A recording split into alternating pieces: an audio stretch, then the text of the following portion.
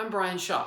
I'm the Certified Diabetes Educator for Sacramento Native American Health Center. That means I talk with patients about what diabetes is, I help them understand their medications a little bit better, help them change their diet and exercise to live a long, healthy life.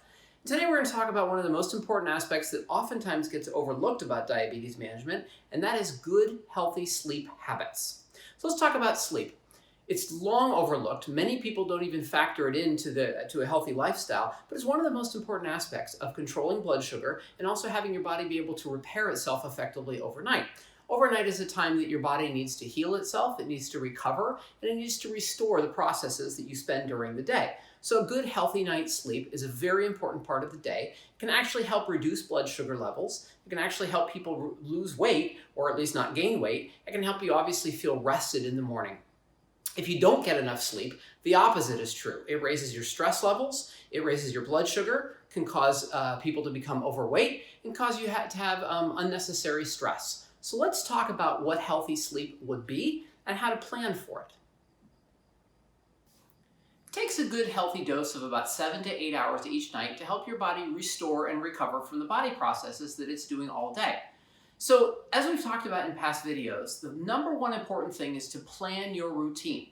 That would involve getting up and going to bed at the same time every day, planning 3 meals that are evenly spaced throughout the day, maybe having a couple of snacks in between those meals, making sure that, as we talked about in the last video, that you get good exercise during the day, and making sure that the exercise doesn't fall too close to bedtime, because exercise too close to bed can disrupt your sleep.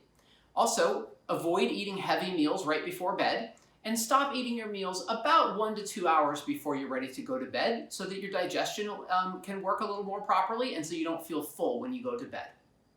Here are some ideas about how to set up the room so you get the most peaceful sleep.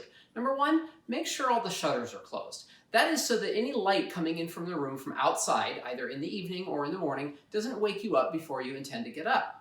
Put electronic devices away. That is probably the number one thing I would suggest to do. Electronic devices emit light that causes your brain to be stimulated. You don't want your brain to be stimulated before you go to bed. Put them away before bed.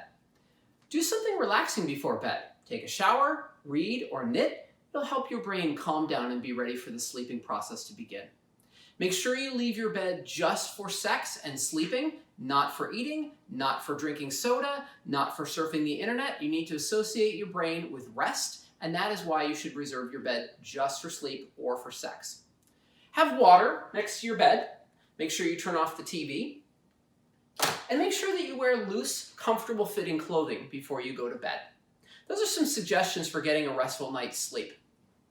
Now I'm going to get a good night's sleep so that I can go back to work tomorrow and help more patients. Good night.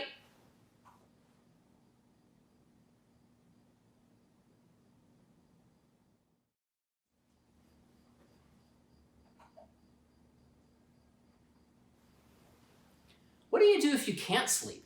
Insomnia and difficulty sleeping is a very common thing for people to experience at different times in their lives. First, I would suggest trying to figure out what it is that's causing you to not be able to sleep. Are you anxious? Do you have any medications that are causing you to not be able to sleep? Did you eat too big of a meal before you went to bed? Did you drink caffeine or exercise right before you went to bed?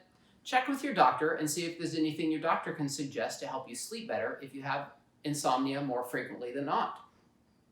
The other thing is I would suggest getting out of bed if you can't sleep and doing the thing that's relaxing. Reading a book, knitting, meditating, all these things can help your brain calm down and get you ready for the sleep cycle when you can't sleep.